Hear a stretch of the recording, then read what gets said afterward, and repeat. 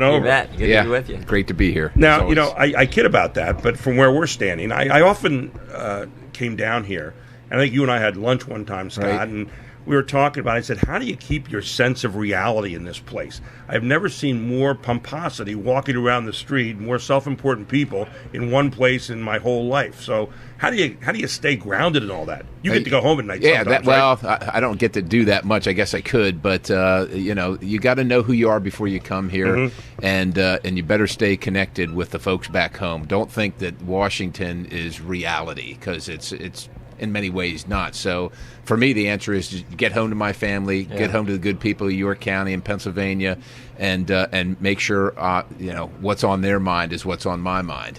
Congressman Jordan, you're a guy that people are seeing on TV and in interviews just about every single day. How do you keep your sense of reality while you're here? Yeah, Scott's exactly right. You go home, you talk to regular people, talk to the people who gave you the privilege to come here and represent them and serve them. And when you do that, it keeps you focused when you're here on doing what you said. And frankly, the other thing you do is you hang out with good people while you are here. And that's why I hang out with Scott Perry. I mean, look, here's a guy who's grounded. Here's a guy who's principled. Here's a guy who's tough. And plus, he's a friend. And I always joke around and say there are folks in politics who you wish weren't.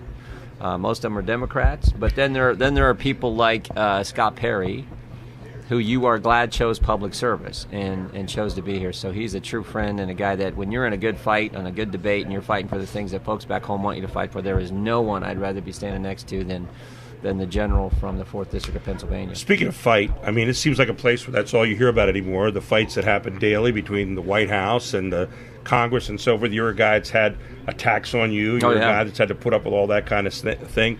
How do you do that? How do you walk away each day and kind of say, geez, why am I doing this? Remember the basics. If the mainstream press isn't saying something bad about you, you're not doing anything good. I mean, that's just the nature of the beast in this crazy town. So it's not fun.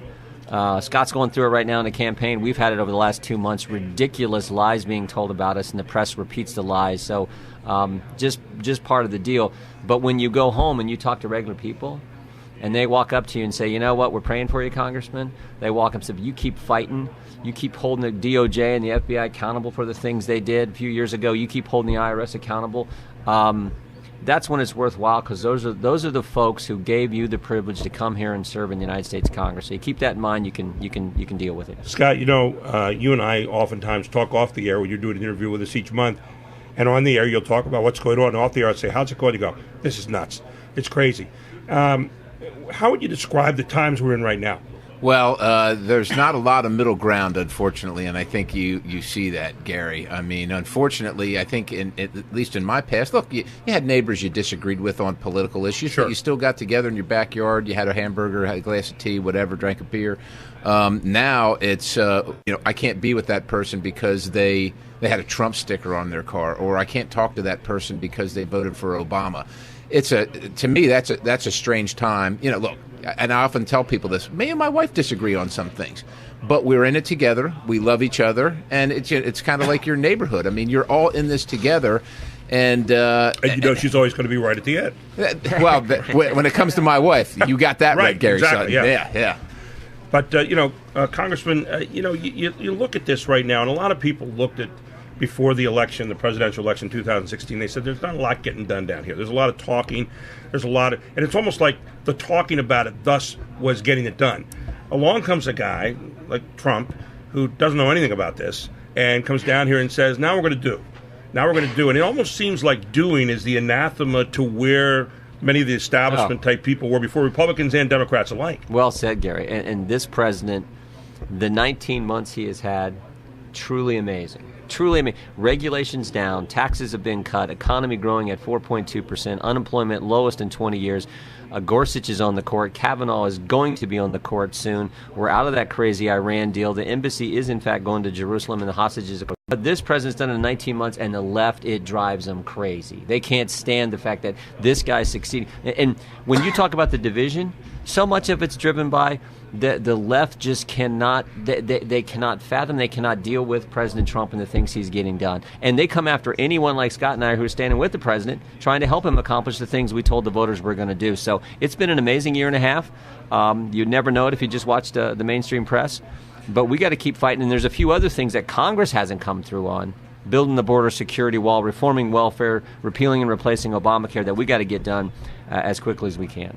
When you look at President Trump, Scott and Jim as well, when you look at President Trump, here's a guy that you have to ignore a lot of the things that are said. There's a lot of periphery every day. One of my things that I've kind of postulated along the way was that what Donald Trump did is he came here and he turned politics into something he could understand, which was a daily talk show. It was a daily reality show where politics is kind of fun again, but not always for the right reasons. But how do you disregard some of the extra stuff and focus in, as Jim just did, on the policy stuff? Yeah, it is definitely imperfect, and I think each one of us, we can find something that we would have said it a little differently, we would have done it a little differently, and I think what it comes down to is kind of the action and the result. Are you interested in results, or are you interested in flamboyant discussions? We've had people that are great orators that are mesmerizing on the stump, and but our country's in peril. I'm just sticking with the action. Yeah, I lament some of those things. Like I said, I wouldn't say it those ways, but I will tell you some of it has needed to be said. You know what I'm talking about, Gary. Talk about the mainstream press that Jim mentioned. I mean, for years and years and years, we just accepted what they said and put out because I was told, and I imagine Jim was too, you don't take on somebody that buys ink by the barrel, right? Because you can't win it, right? This president, he's taking them on. So while some of it, like I said, we wouldn't say it that way, but some of the things that have been said need to be said. They're just, the American people need to know what's going on out there. Jim, you're a guy that's already in the eye of the storm. We watch you in a lot of the hearings. We watch you nightly. Now you are interested in becoming the Speaker of the House. Are you nuts? What's going on? Well, I guess I'm as frustrated as the American people in that I always say we make this job too complicated. It's really pretty basic. What did you tell the voters you were going to do? They then elected you and gave you the privilege to serve. Go do that. Do what you said. And we're not getting enough of that done. The president is, but we have not some of the key promises. I would argue the two key promises that we made to voters in the 2016 campaign, we've yet to accomplish. The border security wall and repealing and replacing Obamacare. The two key things that we ran on. So we need to focus more on doing those things, accomplishing what they elected us to do. That's why I want to be Speaker. And I'm at a point where if I'm frustrated, imagine what the average family and average taxpayer is going through out there. Plus, the other thing I hear so much from our voters, people across, when I'm back home in our district, is they are tired of the double standard. Right. This idea that there's two set of rules, one set of laws and rules that apply to us regular folk, but a different set if your name is Clinton, Comey, Lynch, Lerner, McCabe. I mean, they are so fed up with that. And the more we get to the bottom of what the FBI did and the DOJ did and how they went after the president and his campaign, it drives Americans crazy. So that's another issue we've got to fix. And if I get the chance to lead the House, we keep the majority and we lead the House, we'll be focused on those things as well. We're with Congressman Scott Perry and Congressman Jim Jordan from Ohio, both from the 4th Congressional District, for now, if you're in Pennsylvania. But anyway, great to have you guys back. I want to talk a little bit about immigration here. I'm looking at some numbers here that are incredible with immigration. And what really bothers me, and I think, Jim, this goes back to something you were talking about. People talk about immigration and they say illegal immigrants. So first of all, that's an oxymoron because there aren't illegal immigrants. Immigration is a lawful process. Right. There's an illegal invasion going on in this country, and they are illegal aliens, not undocumented immigrants. It's not someone who left home and forgot their papers. I mean, I get tired of hearing people play with these words. Yeah.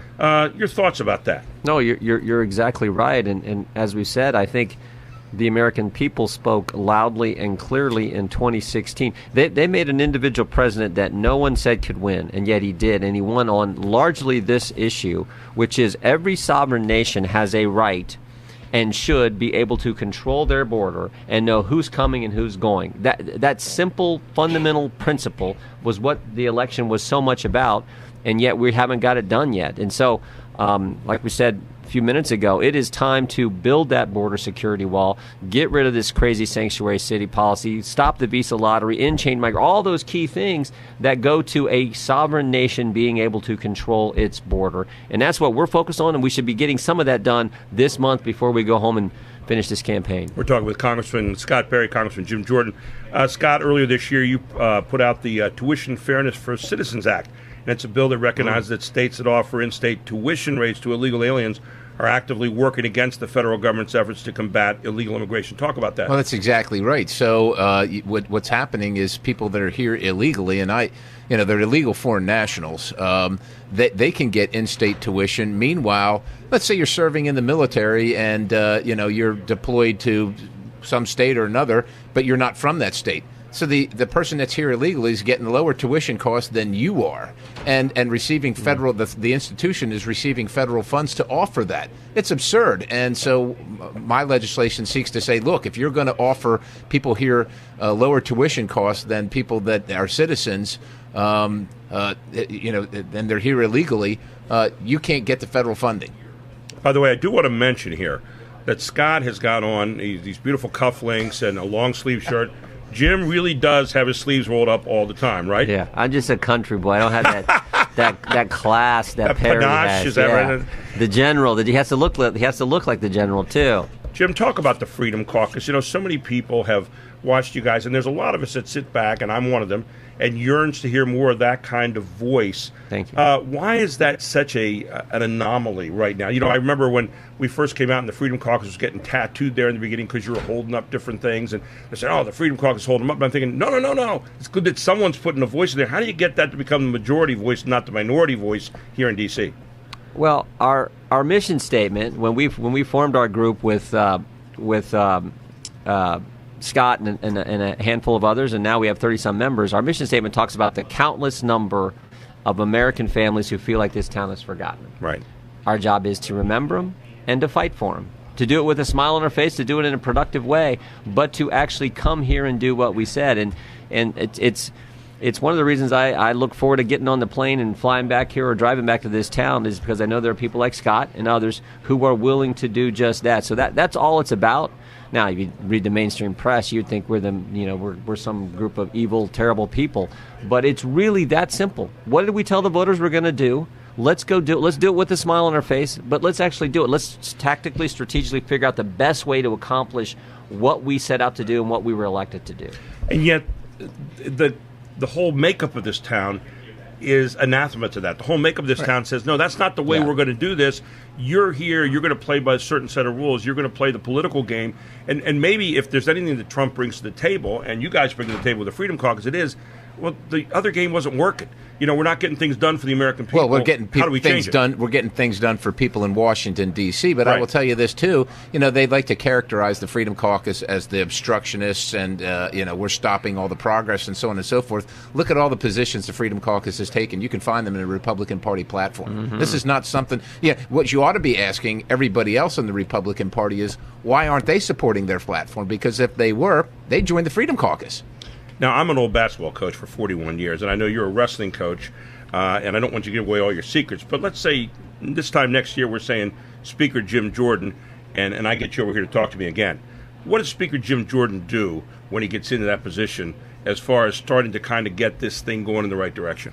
First thing you have to do is break this pattern that developed under President Obama and Senate Majority Leader Harry Reid, and continues to this day, which is, in order to do what needs to be done for our troops and give a new dollar of spending for our military, for our national defense, the Democrats would always, in the Senate, they would hold up that bill. It's supposed to be a separate bill. They'd hold it up and say, we're not going to pass that bill until you give us $1 in new spending on big government and the rest of social welfare spending and all this stuff in government. And in essence, they would hold our military hostage for more spending on all the other government. We have to break that pattern, and the only way to do it is pass the defense bill early and say we are not passing anything else until that bill gets across the finish line and gets signed by the president. Let's take care of our troops and our national defense needs first. After all, constitutionally, that's where we're supposed to spend your tax dollars, and then we can deal with holding down the spending on everything else and start to address this $22 trillion debt. That is priority number one, and it will only happen. It will only happen if they change the filibuster rule in the Senate. And you got to tell Mitch McConnell and the United States Senate, you don't need 60 votes to pass something like that. You can do it with 51. That has to change. And you have to start that debate early, engage the president, who, oh, by the way, is pretty darn good at conveying a message to the American people. Engage him in that. Then we can win and change the way this place operates. Congressman Jim Jordan, Congressman Scott Perry, thank you so much for stopping by this morning. It's been an honor. Thank you, Thank you.